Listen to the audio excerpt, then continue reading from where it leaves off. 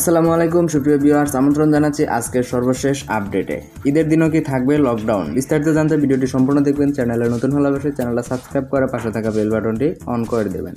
Corona ভাইরাসে ভয়াল রূপ দেখেছে বাংলাদেশ। প্রতিদিন লাফিয়ে লাফিয়ে বাড়ছে সংক্রমণ ও মৃত্যুর সংখ্যা। এই অবস্থায় কঠোর লকডাউন বা সরকারি ভাষায় বিধিনিষেধ আরও 7 দিন বাড়ানো হলো। তবে এই 7 দিন শেষে বিধিনিষেধ আরও বাড়ানো হবে কিনা তা নিয়ে জানার আগ্রহ সবার।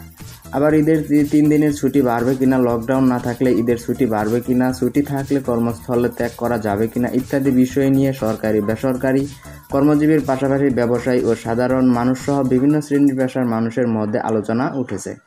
ঈদের সময় লকডাউন থাকছে কিনা প্রশ্নে জনপ্রশাসন প্রধানমন্ত্রী ফরহাদ হোসেন গণমাধ্যমকে বলেছেন, সবকিছুই নির্ভর করবে পরিস্থিতির উপর।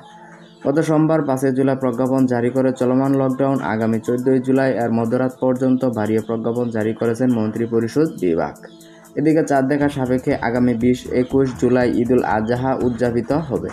ঈদের তারিখ নির্ধারণে আগামী 11 জুলাই বসবে চাঁদ দেখা কমিটি।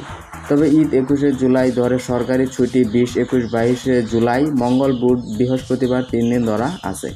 এই হিসেবে সরকারি ছুটি থাকবে 5 দিন। আর সেই ছুটিতে কর্মস্থল ত্যাগ করা যাবে কিনা সেই নিয়ে আলোচনা চলছে।